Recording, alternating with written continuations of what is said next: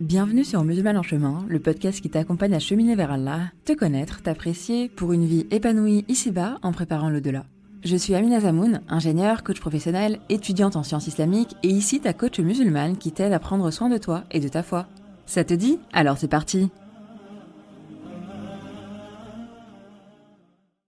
Assalamu alaikum wa rahmatullahi wa barakatuh mes sœurs et bienvenue dans ce nouvel épisode du podcast Musulman en chemin où on va parler du mois de Ramadan parce qu'il approche à grands pas.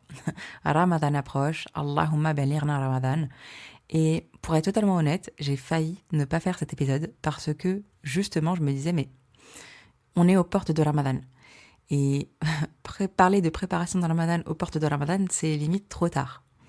Et vous voyez là mon cerveau il commence à partir dans des west-west. Et oui parce que les chariatines, ils attendent, ils voient que Ramadan approche, et bien, je vous assure qu'ils nous donnent leur maximum là. Et subhanallah, parce que Allah est plus fort, Allahu Akbar. Eh bien, j'ai écouté un dars hier là, au moment où je vous parle, de Omar Sulayman qui parlait justement de Ramadan, de la préparation, et il commençait un peu son dars en nous disant If you really cared for Ramadan, you would have prepared. Donc, pour celles qui parlent pas anglais, en gros, si Ramadan comptait vraiment pour nous, alors on s'y préparait. Et en gros, ils faisaient le parallèle avec le fait que n'importe quelle chose qui est importante pour nous, si c'est important pour nous, on s'y prépare. Par exemple, là moi je pense, c'est pas des exemples qu'il a donné, mais un examen, s'il y a un examen qui est important pour nous, on va s'y préparer. Quand on prépare le mariage, alors malheureusement, alors maintenant ça se fait de plus en plus, il y a de plus en plus de cours de préparation au mariage, mais je parle même de la fête. Généralement, la fête du mariage, on la prépare des mois et des mois à l'avance, voire des années certains, malheureusement, je trouve que c'est un comble, mais voilà, c'est un autre sujet. Mais en tout cas, quel que soit le projet, s'il est important pour nous, on le prépare. Et donc, il venait interroger notre préparation à Ramadan. Est-ce qu'on s'est préparé à Ramadan? Et il nous a également rappelé, en fait, que par sa rahma, en fait, Allah nous récompense selon notre préparation, selon notre intention, bien entendu, mais aussi selon notre préparation, parce qu'encore une fois, si on s'y prépare, c'est que c'est important pour nous. Et il nous rappelle que celui qui s'est préparé à l'avance est plus récompensé que celui qui se prépare à la dernière minute, mais celui qui se prépare à la dernière minute est aussi plus récompensé que celui qui ne se prépare pas du tout. Et donc, c'est pour ça que j'ai quand même fait cet épisode, et j'imagine que c'est pour ça qu'il a quand même fait son dars sur la préparation à Ramadan, même si c'était, il l'a fait, comme moi, à peu près, à peine, une grosse semaine de Ramadan, 10 jours, on va dire. Et en fait, je me suis re-questionnée encore une fois sur mon intention, et je me suis dit que mon objectif, mon intention avec cet épisode, c'est qu'il vous serve déjà pour ce Ramadan, bien entendu, mais aussi les suivants, Inch'Allah. Parce que on va faire des rappels simples, mais essentiel, qu'on oublie souvent, pour se remettre un petit peu les idées en place, et pour vous et pour moi, sur ce qu'est vraiment Ramadan, le sens du jeûne, la manière de s'y préparer, pour vivre ce mois de la meilleure des manières, Inch'Allah. Et encore une fois, je vous dis pour ce Ramadan, et Inch'Allah pour les prochains, et qu'Allah nous permette de vivre encore plein de Ramadan. Vraiment, je nous le souhaite, je nous le souhaite, et on se rappelle que ça ne sera pas le cas pour tout le monde, malheureusement. Et qu'un jour, nous aussi, en fait, ça ne sera plus le cas. Donc, bismillah pour cet épisode où on va parler de Ramadan en tant que pilier de l'islam et mois également du calendrier lunaire. On va parler du sens profond du jeûne, au-delà de la faim et de la soif. On va parler du jeûne du cœur, du comportement et de la langue. Je vais également vous proposer une préparation minimaliste adaptée à la réalité de chacune et de comment choisir un focus clair pour que Ramadan nous ressource vraiment et que ça puisse nous continuer à nous accompagner après Ramadan. Parce que l'idée, ce n'est pas d'en faire plus, mais c'est de revenir à l'essentiel. Bismillah. Donc, déjà, quand on pense à Ramadan, je pense qu'on pense spontanément au jeûne, mais avant même de parler du jeûne, Ramadan, c'est d'abord un mois du calendrier lunaire. Et le calendrier hégirien, il est composé de 12 mois lunaires, basés sur l'observation de la lune, et Ramadan, c'est le 9e mois de l'année. Et ce qui est intéressant avec les mois lunaires, vous le savez, c'est que ça ne tombe jamais au même moment de l'année solaire, et donc ça vient aussi nous challenger à ce niveau-là. Pour continuer sur ce qu'est Ramadan et ce que n'est pas Ramadan, en fait, Ramadan, ce n'est pas un des 4 mois sacrés de l'islam, et je vous laisserai aller regarder quels sont les 4 mois sacrés de l'islam si vous ne les connaissez pas encore, c'est hyper intéressant. Mais Ramadan, c'est néanmoins un mois profondément béni. Déjà, j'ai envie de commencer par le fait que c'est le mois de la révélation du Coran. C'est le mois où le Coran a été révélé. Et je vais vous lire une ayah de Surat al-Baqarah, donc c'est la ayah 185. Attendez, je vais prendre mon Coran. Donc, Bismillah, Allah nous dit dans le sens: le mois de Ramadan est celui au cours duquel le Coran a été révélé pour guider les hommes dans la bonne direction et leur permettre de distinguer la vérité de l'erreur. Quiconque parmi vous aura pris connaissance de ce mois devra commencer le jeûne. Celui d'entre vous qui, malade ou en voyage, aura été empêché de le faire devra jeûner plus tard, un nombre de jours égal à celui des jours de jeûne non observés. Dieu tient ainsi à vous faciliter l'accomplissement de vos devoirs religieux et non à vous le rendre difficile. Achevez donc la période du jeûne et louez Dieu pour vous avoir guidé, afin de lui prouver votre reconnaissance. Mais quelle magnifique ayah! Et en fait, là, je ne peux pas m'empêcher de vous lire la suivante parce que je l'ai surlignée. Enfin, j'ai un petit post-it qui indique cette ayah tellement elle est magnifique. Donc, je vous lis également la 186. Petite discrétion, mais franchement, elle est trop belle, masha'Allah. Donc, la ayah 186 dans le sens: si mes serviteurs t'interrogent à mon sujet, qu'ils sachent que je suis tout près d'eux, toujours disposé à exaucer les prières de celui qui m'invoque. Qu'ils répondent donc à mon appel et qu'ils aient foi en moi, afin qu'ils soient guidés vers la voie du salut. Ah, c'est trop beau, machallah. Ah, c'est trop beau. D'ailleurs, en parlant de reconnaissance, vraiment, n'hésitez pas à écouter l'épisode sur la gratitude. C'est un épisode que j'ai vraiment beaucoup apprécié faire et qui est toujours un très bon rappel. Bref, je reviens du coup à la ayah 185 qui nous indique, entre autres, que Ramadan est le mois où le Coran a été révélé. Et cette ayah, subhanallah, elle est assez dense et complète parce qu'elle nous indique aussi que c'est le mois où le jeûne est obligatoire pour toute personne donc capable de jeûner. Et ensuite, Ramadan, c'est aussi un mois béni parce que c'est le mois où se trouve Laylat al-Qadr. Et là, je ne peux que vous inviter à lire Surat al-Qadr. C'est la Surat 97. Vraiment, allez la lire. Elle est courte, mais pleine de sens. Et ça nous parle notamment de la nuit du destin, donc Laylat al-Qadr, qui est meilleure que 1000 mois. Donc vraiment, le mois de Ramadan, on peut dire que c'est un pilier de l'islam, n'est-ce pas? C'est un pilier de l'islam. Et c'est vraiment un mois béni qui a beaucoup, beaucoup à nous apporter.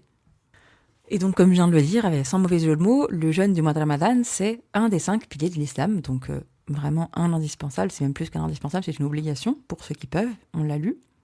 Et maintenant qu'on a vu ça, j'ai envie de revenir à ce qu'on pense quand on pense à Ramadan, quand on pense au jeûne. Enfin, bien évidemment, quand on pense en jeûne, on pense naturellement au fait de ne pas manger, de ne pas boire toute la journée. Et d'ailleurs, ça me fait penser, et je pense que vous aussi, aux non-musulmans qui nous disent régulièrement: mais comment tu fais pour pas manger la journée, pour pas boire surtout? Oh là là, je pourrais peut-être ne pas manger, mais boire. Je rigole parce qu'on y a le droit chaque année, n'est-ce pas? Et on voit bien en fait que ça fascine. Ça fascine. Et pour cause, vraiment, quand on regarde les choses d'un point de vue un petit peu extérieur, qu'on prend un tout petit peu de recul, on se rend bien compte que vraiment, il y a peu de gens qui seraient capables de faire ça et qu'Allah nous demande, subhanallah, de nous priver de choses halal pour Allah, d'accord? On se prive de boire, de manger de choses qui sont halal parce qu'Allah nous l'a demandé. Et c'est donc bien une belle preuve de soumission. Subhanallah. On y reviendra sur cette partie-là. Et effectivement, pendant le jeûne, donc on doit s'abstenir de boire, de manger, d'avoir des relations intimes avec notre conjoint entre le fajr et le maghrib, donc entre le lever et le coucher du soleil. Mais en islam, le jeûne n'a jamais été réduit uniquement à ça. Et le prophète sallam, il nous a clairement mis en garde contre une vision un peu trop limitée du jeûne. Il nous a dit dans un hadith authentique rapporté par Ahmed et Ibn Majah: il se peut que le jeûneur n'obtienne de son jeûne que la faim et la soif. Subhanallah, ça fait peur. Je trouve que ce hadith il fait peur et ça montre bien que on peut jeûner toute la journée et passer complètement à côté de l'essence du jeûne. Pourquoi? Déjà juste, on sait qu'il y a des personnes qui jeûnent, qui font même des jeûnes secs, donc sans boire, sans être musulmans. Donc effectivement, à ce moment-là, on obtient du jeûne que Allah nous récompense que par rapport à notre intention, on obtient du jeûne que la faim et la soif. Peut-être aussi des éléments, une purification physique, mais voilà, pas plus. Pourquoi? Parce que le jeûne, il concerne bien évidemment le corps, mais aussi le cœur, le comportement, la langue. On va y revenir beaucoup sur la langue. Et d'ailleurs, à ce sujet, le prophète nous dit, sallam, dans un hadith rapporté dans le Bukhari, que celui qui ne délaisse pas le mensonge, les mauvaises paroles et les mauvais comportements, Allah n'a nul besoin qu'il délaisse sa nourriture et sa boisson. C'est très fort. C'est très fort et ça remet les choses en place. Parce que, encore une fois, si Allah nous demande de nous priver de choses halal, Eh bien, c'est pas du tout pour faire du haram à côté.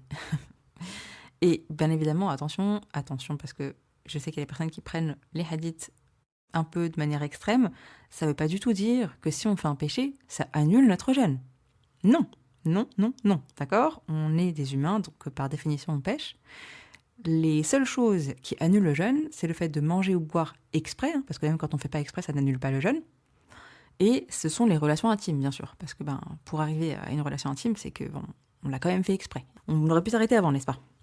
Et en gros, si on fait un péché, donc hormis cela, le fait de faire exprès finalement de rompre son jeûne en mangeant, en buvant ou en ayant des relations avec son conjoint, si on fait un péché, on se repent et on continue à jeûner.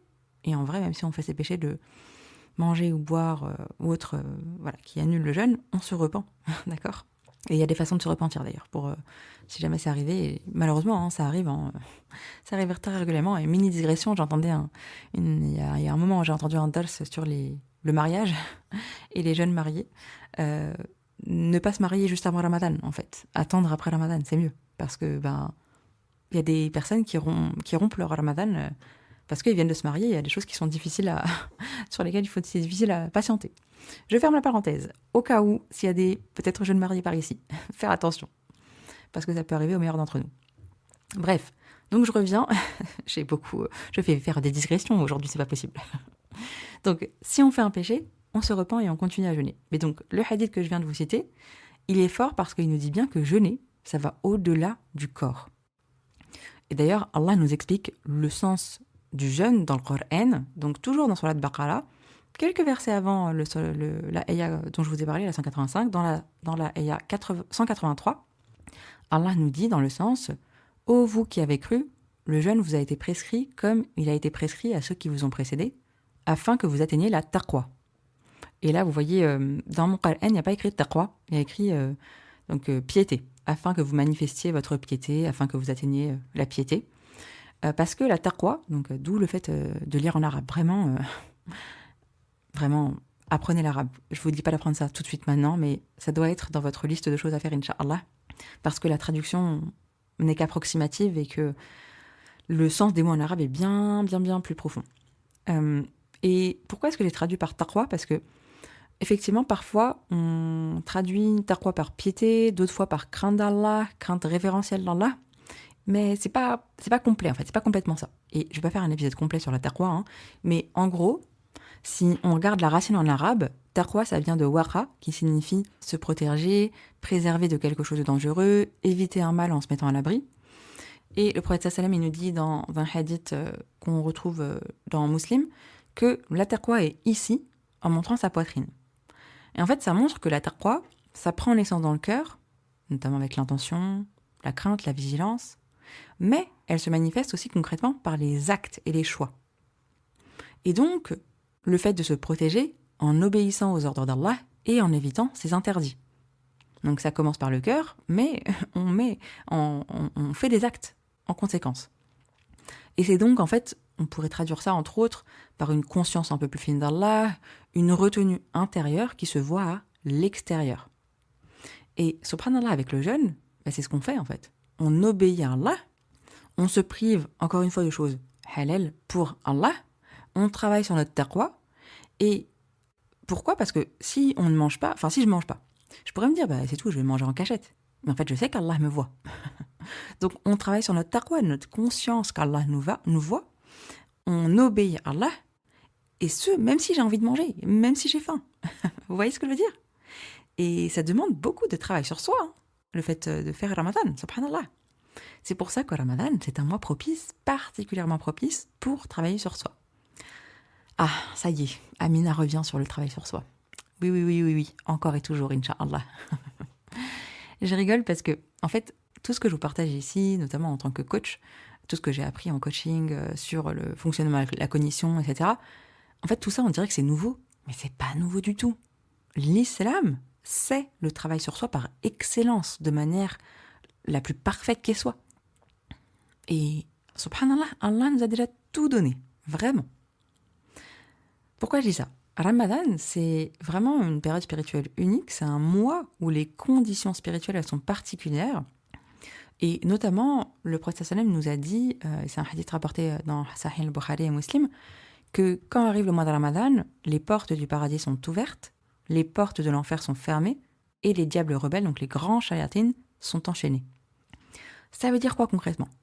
Ça veut dire que ce mois, c'est une opportunité en or. C'est une opportunité en or, je le répète. On va avoir moins de tentations extérieures, avec les shayatines, d'accord ? On va avoir plus de clarté intérieure et plus de facilité à se rapprocher d'Allah. Et en fait, si malgré tout ça, malgré ces conditions propices, il y a encore des choses qui ressortent en nous, de l'impatience, de la colère, des paroles excessives, de mauvaises pensées, de mauvaises intentions, etc., ces choses, elles viennent très probablement de nous, de l'intérieur. Et donc, c'est des choses sur lesquelles on peut travailler. C'est des choses sur lesquelles on doit travailler même. Je me permets de mettre le mot devoir. Et bien entendu, je mets un petit bémol parce que, de 1, tous les shayatines ne sont pas enchaînés. D'accord ? Donc, il en reste. De 2, Shaitan, il a fait son travail avant Ramadan, d'accord ? Donc, on va avoir encore des résidus de waswas, etc. Surtout si on n'a pas travaillé sur nous. Et comme je le dis souvent, peut-être que vous m'avez déjà entendu dire ça, mais je le rappelle pour vous et pour moi, Shaitan, il fait son taf. Shaitan, il fait son travail. Est-ce que nous, on fait le nôtre ? De prendre conscience de nos waswas, de nos pensées, de travailler dessus. Là est la question. Mais du coup, là, sur ce mois de Ramadan, Allah, il nous dit, allez, bismillah, c'est le moment. C'est le moment de travailler sur toi. C'est le moment de te ressourcer, de te nourrir. C'est le moment où tu auras plus de facilité à travailler sur toi. Et pour cause, on va parler d'une autre facilité qu'il nous a donnée. Pendant Ramadan, on mange moins. En tout cas, on doit manger moins, s'il vous plaît. Dites-moi que les mentalités ont quand même un petit peu changé aujourd'hui. Parce que, à une époque, en tout cas moi c'est ce que j'ai vécu personnellement, mais il y a eu une époque où vraiment les repas de Ramadan, c'était vraiment une montagne de plats. Ça s'arrêtait pas, on avait mal au ventre à la fin, subhanallah.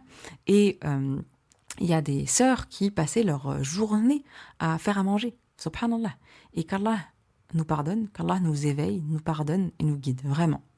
Parce que Ramadan, ce n'est absolument pas fait pour ça. Bien au contraire. L'objectif, c'est de donner aussi à notre corps du repos, parce qu'on va beaucoup parler de notre âme, de notre esprit, je vous ai parlé dès le début d'aller au-delà de ne pas manger de la journée, ni de boire, mais en vrai, il y a quand même cette dimension-là.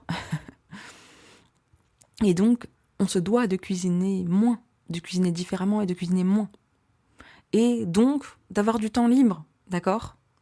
Et de se demander, en fait, la vraie question, c'est qu'est-ce que je vais faire avec ce temps libre ? Déjà, est-ce que je m'autorise à avoir ce temps libre ? Ou est-ce que finalement, je vais passer encore plus de temps que d'habitude en cuisine ? Et qu'est-ce que c'est triste ? Vraiment, qu'est-ce que c'est triste quand ça se passe comme ça ? Parce que vraiment, un des objectifs, c'est de cuisiner moins. D'avoir moins de charge mentale. Et donc d'avoir plus d'espace physique et mental pour pouvoir revenir à Allah, pour pouvoir utiliser ce temps autrement. Donc peut-être en faire un temps d'adoration, d'introspection, de travail sur soi. Mais ça, c'est possible que si on décide de le faire consciemment. Et d'ailleurs, je fais tout de suite le lien avec une question qu'on m'a posée sur Instagram, d'ailleurs notamment sur mon canal Instagram, Entre musulmans en chemin. Et juste, je vous dis ce que c'est parce que, dit comme ça, il y en a plein qui vont pas savoir. Je sais qu'il y a beaucoup plus de personnes qui écoutent le podcast que de personnes sur Instagram. Enfin, en tout cas, qui suivent Musulmans en chemin sur Instagram. Mais donc, déjà pour celles qui n'ont pas Insta, qui sont pas très réseaux sociaux, vraiment, c'est très bien. Ne venez pas sur Instagram. Mon objectif, là, je vais parler à celles qui sont déjà sur les réseaux, qui ont Instagram comme moi. En fait, mon objectif avec le canal que j'ai créé très récemment, là, c'est qu'on puisse avoir un espace où même sur Instagram, même sur les réseaux, on peut se rapprocher d'Allah subhanahu wa ta'ala, plutôt que d'aller voir des futilités, voire pire, des choses haram, car on nous préserve. Et donc, bon, sur le canal, je vous ai parlé du fait que j'allais faire un épisode sur Ramadan, et il y a une sœur qui m'a demandé, et je la remercie vraiment pour sa question et pour avoir eu le courage aussi de la poser. Elle m'a écrit, donc je vais lire cette partie de message. Comment concilier notre vie de femme active, de maman très occupée, et œuvrer pour que notre Ramadan soit meilleur que le précédent ? Prier plus, méditer plus, éviter de gaspiller, passer des heures à cuisiner, à innover de nouvelles recettes. Et je pense qu'en vous lisant ça, on comprend toute cette sœur. Encore une fois, qu'Allah te récompense, ma chère sœur, pour partager ta question, pour ta réflexion, et qu'Allah nous récompense toutes pour notre volonté de nous améliorer et de nous rapprocher de lui. Amin ya Rab. Et en fait, la réponse à ta question, elle est dans ta question pour moi. L'objectif, c'est de prendre justement ce temps de réflexion. De prendre ce temps de réflexion, de préparation, en sachant que, voilà, tu vois, tu sais déjà, et on sait tout déjà, ce qui est difficile pour nous. On l'a dit un peu plus tôt aussi, plus je vais me préparer, plus je serai récompensée déjà, et plus les chances que ça marche, comme pour un examen. Si j'ai un examen, peu importe, hein, que ce soit un examen au lycée ou au supérieur, enfin peu importe, un examen de conduite, enfin peu importe, quel que soit l'examen, si je me prépare à l'avance, vous voyez, si je me prépare à l'avance même pour un gros examen, bah, ça va s'ancrer. Il y a des choses que je ne vais pas oublier. Par contre, si je me prépare à la dernière minute, si je bachote, comme on dit, ben peut-être que j'aurai un effet sur le coup, où je vais réussir l'examen, mais pas sur le long terme. Je pense que, comme moi, en tout cas, si c'est pas le cas, alhamdoulilah, tant mieux pour vous.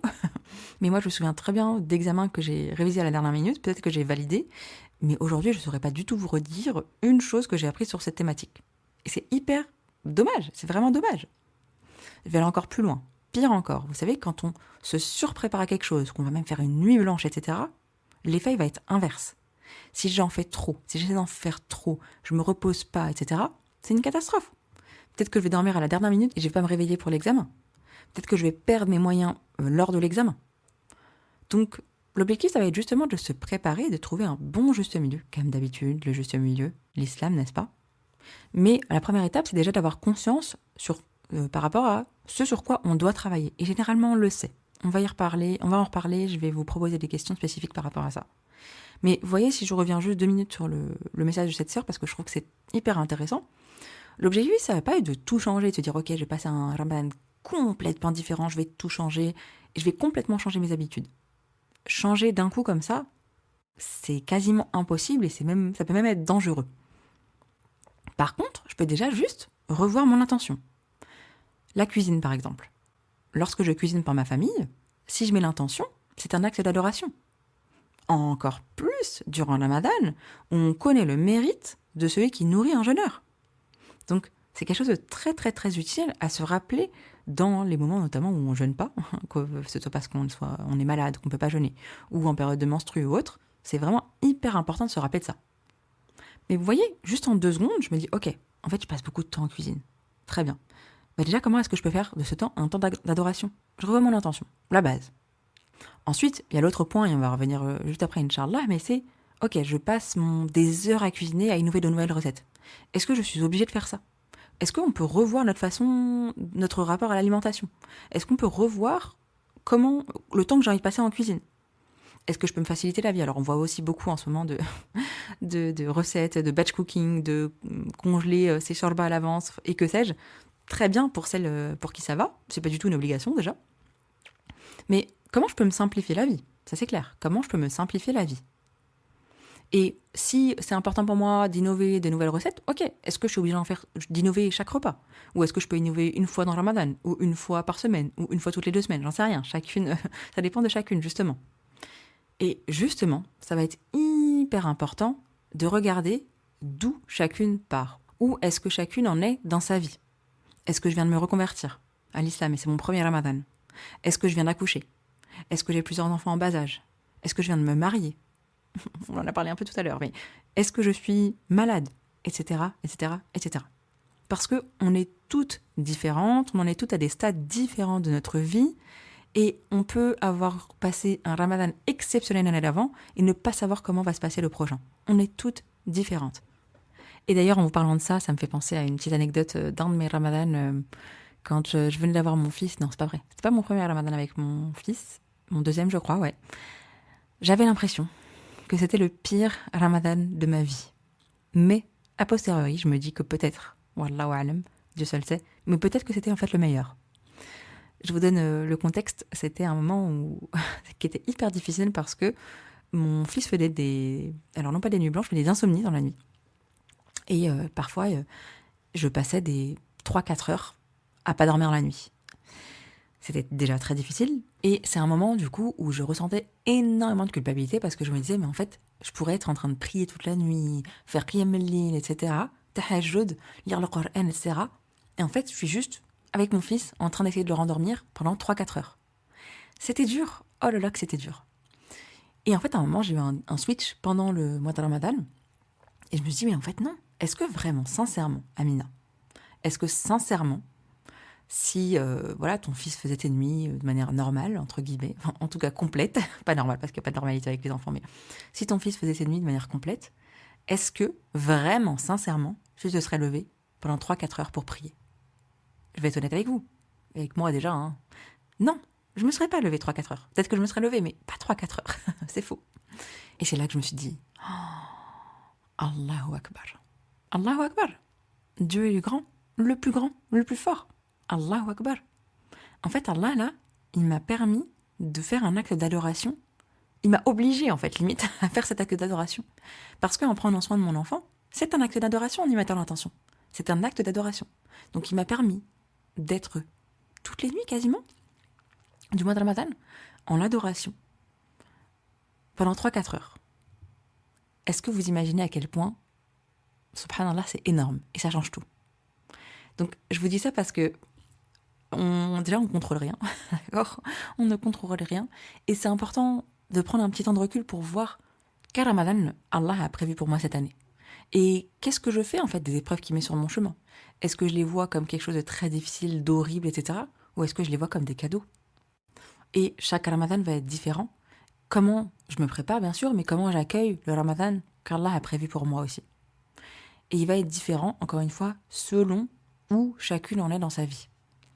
Et c'est pour ça que je vais d'ailleurs pas vous donner de conseils tout prêts pour ce mois de Ramadan ou un mode d'emploi, un programme Ramadan parfait parce qu'il va être différent selon chacune.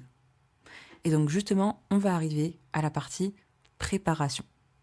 Je vous propose en fait une préparation à la fois minimaliste et honnête, avec des petites questions simples, Inch'Allah, à vous poser, non pas pour se surcharger, mais pour clarifier notre intention et notre focus. Et bien sûr, on commence par clarifier notre intention, déjà moi, voilà, en vous faisant cet épisode, mais chacune de vous, en prenant, déjà en écoutant l'épisode, et aussi ensuite en prenant le temps de travailler sur ces questions, Inch'Allah. Et je vous invite vraiment vivement à vous prendre un petit temps pour vous, pour préparer ce Ramadan, quel que soit le moment où vous écoutez l'épisode. Et je vais aller même jusqu'à dire, même si vous l'écoutez en plein mois de Ramadan, d'accord? Il est jamais trop tard. Tant qu'on est en vie, il est jamais trop tard. Et donc, première question que j'ai envie de vous poser, une question très simple mais essentielle, c'est où j'en suis aujourd'hui réellement dans ma vie. Pas dans l'idéal, pas dans ce que je devrais être, ce que j'aimerais être, etc. Mais où j'en suis concrètement aujourd'hui. Dans ma relation à Allah, dans ma relation à moi-même, dans ma relation aux autres. Comment je me sens également. Hyper important cette question. Vraiment, comment je me sens. C'est une des questions que je pose le plus en coaching pour info parce qu'on ne sait pas comment on se sent. Subhanallah. Est-ce que je me sens... Alors au début, c'est je me sens bien ou mal. D'accord, on va essayer d'aller un peu au-delà.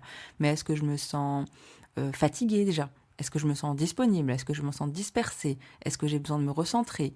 Est-ce que je me sens en manque de Qur'an, en manque de prière? Est-ce que j'ai besoin de calme intérieur? Bref, comment je me sens? Parce que Ramadan ne se prépare pas de la même manière selon là où on en est en fait. Et on doit partir de là où on en est, ça n'a pas de sens sinon. C'est comme si vous voulez mettre le GPS, mais pas à partir de où vous habitez, mais voilà, d'un point idéal de où vous aimeriez habiter. D'accord? Vous habitez dans un petit appartement et vous mettez le GPS à partir d'un château. J'abuse, mais vous voyez ce que je veux dire. Donc, on met le GPS à partir de là où on se trouve actuellement. Une fois qu'on regarde un petit peu où on en est, une question qui fait mal mais qui est essentielle, c'est aujourd'hui dans ma vie, de quoi est-ce que je suis satisfaite et de quoi je ne suis pas satisfaite. Et bien sûr, je commence par de quoi je suis satisfaite parce qu'on l'a dit, c'est très très important d'être reconnaissante et de prendre en compte ce qu'on fait déjà bien, de continuer ce qu'on fait déjà de bien, ce dont on est satisfaite. Et ensuite de travailler bien sûr sur ce sur quoi je ne suis pas satisfaite. Et plus précisément, ça peut être hyper intéressant aussi de regarder qu'est-ce qui a été le plus difficile pour moi les Ramadans précédents. Est-ce que ça a été la constance du jeûne, tout le mois? Est-ce que ça a été mon comportement? Est-ce que ça a été ma langue? Est-ce que ça a été le manque de concentration dans ma prière? Est-ce que ça a été le fait de vouloir trop en faire? Est-ce que ça a été, si je reprends l'exemple de la sœur, le fait d'être trop en cuisine? De gaspiller peut-être de la nourriture? De passer des heures à cuisiner, à innover de nouvelles recettes? Et en fait, souvent cette question, vous voyez, sur ce qui a été plus difficile pour moi les Ramadans précédents, ça va déjà nous donner les réponses dont on a besoin. En tout cas, des indications claires sur ce qu'on a besoin de travailler cette année, Inch'Allah.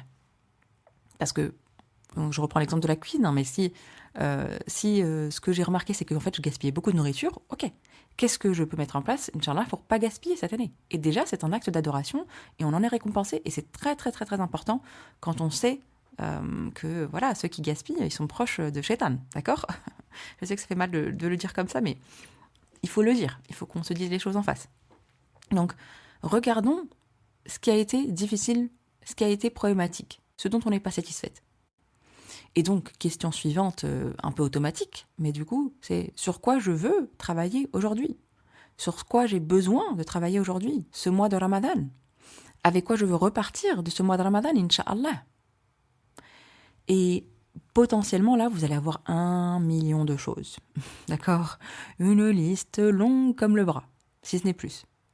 Et si vous voulez, vous pouvez commencer par une longue liste. Mais ensuite, on va réduire. On va réduire et je vous invite à ne pas avoir plus de 3 focus, 3 grands axes de focus. Parce qu'on ne peut pas tout changer. On ne peut pas tout changer, c'est pas possible et vous allez être frustré, vous allez peut-être qu'en ayant une liste trop longue, vous allez peut-être rien faire de cette liste.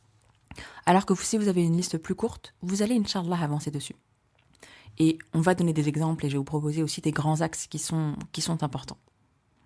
Et une question qui peut aider à trouver, à choisir en fait ces grands axes de focus, c'est de réduire encore plus et vous allez voir ce qui va ressortir. La question que je vous propose, c'est si je devais choisir un seul focus pour ce Ramadan, lequel serait le plus juste? Lequel je choisirais? Quelle serait la priorité? Parce que 1 vaut mieux que 0, mes sœurs. C'est quelque chose que je répète souvent, mais 1 vaut mieux que 0. Si vous avancez sur une chose, c'est mieux que rien du tout. Et Allah nous dit d'ailleurs que si on fait un pas vers lui en marchant, il viendra vers nous en courant. Donc nous, on commence, on fait une chose. On fait peu de choses, mais bien, Inch'Allah. Parce que si on va dans tous les sens, on ne fera rien. Vraiment, on ne fera rien. Et je vous invite à regarder votre passé, qui le démontrera sûrement mieux que tout ce que je suis en train de dire. Maintenant, quel focus on choisit? Alors, je ne suis pas là pour vous dire quoi choisir, encore une fois. Je vais juste vous donner des idées, des propositions, des choses que j'ai entendues, avec des versions différentes selon votre avancée, justement, parce que ça dépend vraiment de vous. Mais déjà, je pense que c'est important d'avoir un focus par rapport au Coran. On l'a dit, Ramadan, c'est le mois où le Coran est descendu. C'est le mois du Coran. Alors attention, ça ne veut pas dire qu'on lit le Coran que pendant le mois de Ramadan, mais c'est le mois où le Coran est descendu. Je vous renvoie à la ayah 185 de Surat al-Baqarah. Donc, je vous invite en tout cas à avoir un focus en lien avec le Coran. Alors, ça peut être lire un peu chaque jour. Et le un peu, ça va dépendre de chacune. Est-ce que c'est lire une ayah chaque jour? Est-ce que c'est lire une page? Est-ce que c'est lire un nombre de pages prédéfinies selon votre capacité? Ça, c'est chacune qui voit. Mais pourquoi je vous parle de lire un peu chaque jour? Parce qu'il y a un autre hadith que j'aime beaucoup qui nous dit que l'acte le plus aimé d'Allah, c'est celui qui est petit. Non, pardon. À chaque fois, je me trompe. L'acte le plus aimé d'Allah, c'est celui qui est constant, même s'il est petit. Donc, je vous recommande vraiment de lire de manière constante. Pourquoi? Même si c'est petit, même si c'est une ayah. Et je vous invite vraiment à avoir ça pendant Ramadan, parce que c'est ce qui va nous permettre, Inch'Allah, de mettre en place une habitude et de la garder, Inch'Allah, après Ramadan. Et c'est le but, je vous le disais, j'étais en train de faire la petite blague, mais l'objectif, c'est pas de lire le Coran que pendant Ramadan. Donc, petite proposition, voir comment est-ce que je peux renouer avec le Coran et est-ce que je peux lire chaque jour. Et d'ailleurs, ça peut être en arabe, mais ça peut être aussi en français, d'accord? Ça peut être aussi l'écouter tous les jours. À vous de voir, mais comment je peux avoir ce lien avec le Coran et pouvoir le garder après, Inch'Allah. Comment je peux avoir un focus avec le Coran? Bon, ça c'est pour la première partie, je suis restée un peu longtemps mais c'est hyper important. Et après, on peut avoir d'autres objectifs avec le Coran, bien sûr. Ça peut être aussi de comprendre profondément une sourate, d'aller étudier le tafsir de cette sourate, etc. Ça peut être d'apprendre une ou plusieurs sourates aussi. Vraiment, chacune se met les objectifs qu'elle a besoin, ce qui est en sa capacité avec le Coran. Mais on doit avoir, vous voyez, parmi ces 3 focus, je pense qu'un des focus, ça doit être le Coran, Inch'Allah. Ensuite, un autre focus que je vois régulièrement, c'est la prière. Selon les cas, ça peut être de commencer la prière si on ne prie pas. Ça peut être de prier à l'heure. Ça peut être de prier avec plus de conscience. Ça peut être de retrouver vraiment une prière qui apaise. Ça peut être de faire les sunan après la prière. Enfin, il y a tellement de choses à faire avec la prière. Et de toute façon, ça sera quelque chose... Enfin, la prière, c'est quelque chose qu'on va travailler toute notre vie, Inch'Allah. Mais voilà, il peut y avoir un focus prière. Ensuite, un focus que je vais un petit peu élaborer, c'est celui sur le comportement. Et notamment le jeûne de la langue. Pour beaucoup, je pense que c'est un focus qui se doit d'être nécessaire. Vraiment, le comportement. Je pense qu'on le voit, et j'avais pas prévu de parler de ça, mais là, je pense spontanément à, vous voyez, cette mauvaise image qu'ont certains non-musulmans, aussi d'autres musulmans, hein, mais des musulmans qui jeûnent. Ce truc de « Ah non, ne me parle pas aujourd'hui, je jeûne, c'est le ramadan, je suis fatiguée, je suis énervée, etc. » Comment ça t'es énervé pendant le ramadan? Comment ça? Au contraire, tu dois être plus apaisé. Je pense aussi parfois à la conduite, bon moi je pense à mon pays d'origine, la conduite de certains pendant le ramadan, les insultes, c'est une catastrophe. C'est une catastrophe. Si on jeûne, donc on se prive de choses halal, ce n'est pas pour faire du haram. Donc vraiment travailler sur son comportement, je pense que c'est vraiment indispensable, peut-être pour nous tous, chacun à son niveau. Et je vous disais, le jeûne de la langue, en particulier pour nous les femmes, vraiment la langue, c'est compliqué. Et donc je vais vous proposer juste quelques questions à vous poser si jamais vous avez envie de travailler sur ça. Déjà, c'est de vous observer et de vous demander, voilà, comment est-ce que je parle? À quoi est-ce que mes paroles servent? Et une question qui fait un peu mal, mais qui est importante, qu'est-ce que je pourrais taire? Je rigole parce que quand j'ai noté cette question, je me suis dit, en fait, souvent on se demande qu'est-ce qu'on pourrait dire. Vous voyez, je ne sais pas si ça vous arrive, mais moi ça m'arrive régulièrement de me remettre dans des situations passées, de me dire, ah là là, comment est-ce que j'aurais pu mieux parler? Comment j'aurais pu dire les choses différemment? Comment est-ce que j'aurais pu avoir une meilleure répartie, etc. Et en vrai, il y a un peu d'ego là-dedans. Alors bien sûr que parfois c'est intéressant, hein, bien sûr, de revenir sur des situations, de voir comment on aurait pu mieux faire les choses, mieux dire les choses. Et c'est très bien dans une démarche de d'ihsan, en fait, de devenir meilleur, Inch'Allah. Mais parfois il y a de l'ego dans tout ça. Et parfois la question, ça peut être juste, qu'est-ce que j'aurais pu me taire, en fait? Et donc, jeûner de la langue, ça peut vouloir dire parler moins, éviter des paroles futiles, ne parler que quand c'est utile, nécessaire ou bienveillant, parce que là encore c'est utile hein, quand on a quelque chose de beau à dire à l'autre, et utiliser ce silence pour observer nos réactions intérieures, d'accord, nos émotions, hyper important. Utiliser ce silence pour écrire aussi, pour réfléchir, et également pour faire du dhikr, d'accord. Si on a envie de parler, alors disons des choses utiles, humidifions, laissons notre langue, gardons notre langue humide par le dhikr. Ça oui, très bien. Donc voilà, j'ai un petit peu débordé sur le comportement et le jeûne de la langue, mais je pense que c'est quelque chose qui est indispensable pour nous aujourd'hui, pour la Oumma aujourd'hui, et pour nous en tant que femmes. Et je dis pas que les hommes ne sont pas épargnés, mais soyons honnêtes. La langue, vraiment, les femmes, c'est compliqué. Car elle nous facilite. Ensuite, il peut y avoir plein d'autres focus possibles, vraiment selon selon vous en fait, vos besoins, où vous en êtes aujourd'hui. Ça peut être la patience, ça peut être la gestion des émotions, ça peut être le rapport à l'autre, aux autres, à son époux, à ses enfants, à sa famille, à ses parents, enfin peu importe, le rapport aux autres ou à quelqu'un d'autre en particulier. Ça peut être bien sûr aussi le rapport à soi, comment je suis avec moi, comment je me parle. Et franchement, je vous invite à écouter vos pensées, hein, à voir comment est-ce que vous parlez, parce que souvent on se parle très mal. Ça peut être également le lâcher-prise, donc son rapport au tawakkul, bien sûr. Et en fait, vous voyez, il n'y a pas vraiment de focus universel, de bon focus universel, parce que même, voilà, moi quand je vous parle de tout ça, bien sûr qu'on a toutes des choses à travailler sur tout ça. Maintenant, ça va être qu'est-ce qui est prioritaire pour moi, dans ma réalité actuelle. Quel va être mon focus aujourd'hui? Et je vous disais quels vont être mes 3 grands axes sur lesquels je veux travailler. Je dis 3, mais ça peut être moins, hein, d'accord? Et une fois qu'on a ces grands focus, eh bien l'objectif, ça va être de s'organiser pour tenir, d'accord? Non pas pour impressionner les autres, par ego, que sais-je, d'accord? Mais comment est-ce que je vais pouvoir mettre en place ces focus? Comment est-ce que je peux rendre ça concret dans mon quotidien? Et pour ça, je vous invite à vraiment regarder votre agenda. Et avant de voir qu'est-ce que je peux mettre en plus, déjà, ça va être qu'est-ce que je peux enlever de mon agenda? Comment je peux me simplifier la vie? Et là, je pense directement à une chose dont on a parlé déjà, mais c'est la nourriture. Vraiment, c'est quelque chose qui nous prend du temps tous les jours. Comment je peux me simplifier la vie à ce niveau-là? Est-ce que je suis obligée de cuisiner tous les jours? Est-ce que je suis obligée de faire 15 plats? Réponse, non. Mais voilà, comment est-ce que je peux me simplifier la vie? Encore une fois, qu'est-ce que je peux enlever? Est-ce qu'il y a d'autres choses aussi que je faisais dans ma vie et qui ne sont pas du tout utiles, encore plus en ce mois de Ramadan? Est-ce qu'il y a des choses haram que je mettais dans mon emploi du temps, que je fais et qui ne sont pas utiles? Est-ce qu'il y a des choses que je regarde, voilà, les séries ou autres, que je peux enlever et remplacer par meilleures? Je pense aux séries, là, je pense tout de suite aux séries, encore une fois, de Omar Suleiman, où tous les ans, il fait une série pendant le mois de Ramadan, qui sont toujours très, très intéressantes. J'ai hâte de voir la prochaine. Et d'ailleurs, avec une des sœurs sur Instagram, on discutait et on parlait on avait hâte de voir la prochaine série de Ramadan, et je disais qu'on pouvait en parler dans le canal, encore Insta, donc n'hésitez pas si jamais ça vous intéresse. Mais voilà, qu'est-ce que je peux enlever et comment je peux me simplifier la vie, comment je peux remplacer par meilleur. Et une fois que j'ai enlevé les choses de mon agenda, comment je peux me bloquer du temps dans mon agenda? Comment est-ce que je peux avoir un rendez-vous avec moi-même, un temps non négociable, même s'il est court?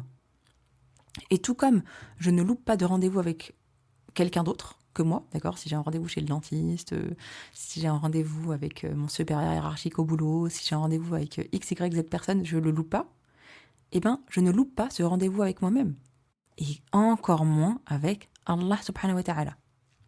Donc, ouais, pas de grosses astuces, organisation. La meilleure chose à faire, ça va être de regarder votre organisation actuelle et comment vous pouvez l'améliorer sans tout transformer, parce que ça ne sera pas possible, ça ne sera pas tenable, mais comment vous pouvez juste changer quelques petites choses, améliorer quelques petites choses, délaisser les choses qui ne vous sont pas utiles, les remplacer par meilleures, Inch'Allah. Et j'insiste un peu sur ce focus, ce rendez-vous avec vous-même, mais n'hésitez pas à avoir un petit rendez-vous, alors pas forcément tous les jours, si vous voulez avoir tous les jours, c'est bien, mais ça peut être difficile quand on n'a pas l'habitude, mais au moins une fois par semaine. Pendant Ramadan, c'est quoi? Ça fait 4 fois dans le mois. C'est pas non plus énorme, d'accord? Pour regarder, ok, comment ça s'est passé ma semaine? Qu'est-ce qui s'est bien passé, moins bien passé?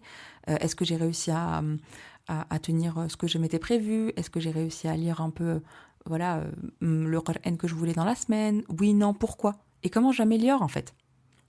Et je vous dis ça, en plus, j'avais pas noté ça dans mes notes d'épisode, mais je pense au fait que les 10 dernières nuits sont plus importantes que le début de Ramadan. Et en fait, les 20 premiers jours, 20 premières nuits de Ramadan, elles sont importantes, hein, bien sûr, mais elles sont là aussi pour nous préparer aux 10 dernières nuits, qui sont encore plus importantes. Et du coup, c'est comment je peux justement avoir des rendez-vous avec moi-même tout le long pour regarder où j'en suis. Est-ce que je vais dans la bonne direction ou est-ce que je suis en train de m'épuiser? Parce que Ramadan, c'est un marathon, d'accord? C'est pas un sprint. Donc si dès le début, je suis en train de m'épuiser et je vais au-delà de mes capacités, à la fin de Ramadan, ça ira plus du tout. Vous voyez? Et donc, avoir un petit rendez-vous avec moi-même où je vais pouvoir discuter, voir où j'en suis, etc. Comme dans n'importe quel projet, hein, je repense à chaque fois au projet professionnel, dans n'importe quel projet professionnel, on fait des points réguliers pour voir où ça avance. Et bien dans le programme, dans le projet qui est ma vie, et puis dans le projet qui est ce mois de Ramadan, je me dois de faire des points pour voir comment ça avance. Je ne vais pas avancer comme ça à vue d'œil, je ne sais même pas si j'avance dans la bonne direction ou pas. Vous voyez ce que je veux dire? Vraiment, prenez des temps avec vous-même et avec Allah, bien entendu. Et quand je vous parle de tout ça, ça me fait un peu penser aussi à, vous voyez, aux bonnes résolutions. La nouvelle année, les bonnes résolutions, etc. Bon, déjà, les fameuses bonnes résolutions, ça ne marche pas. Je pense que ça a été prouvé maintes et maintes fois. Mais par contre, c'est toujours important de refaire le point, de remettre, de regarder où est-ce qu'on en est et voir comment est-ce qu'on peut s'améliorer, avancer, etc. Ça, c'est toujours bon. Et en fait, pour nous, on doit prendre Ramadan pour ça, pour nous ressourcer jusqu'à Ramadan prochain. Et ce que je trouve hyper intéressant, en fait, c'est que le mois de Ramadan, c'est un mois de jeûne. Et d'un point de vue très concret, le jeûne, ça apporte beaucoup de choses, et notamment de la clarté. Vous savez, il y a beaucoup de grands dirigeants, quand ils ont des décisions importantes à prendre, des réunions stratégiques, etc., eh bien, ils ne mangent pas avant. Ils jeûnent. Pourquoi? Parce que la digestion, ça demande énormément d'énergie. Et le fait de manger, ça mobilise le corps, ça ralentit parfois l'esprit, ça peut un peu brouiller la clarté. On va aussi penser à la nourriture. Alors que quand on jeûne, au contraire, ça nous permet d'être plus lucide, d'être plus légère en fait, d'avoir plus de clarté. Et du coup, c'est pas un hasard si Allah a fait du jeûne une adoration aussi centrale. Et ce moment, on va pouvoir avoir plus de clarté, vraiment, pour se rapprocher d'Allah et pour améliorer sa vie, en fait, jusqu'à Ramadan prochain.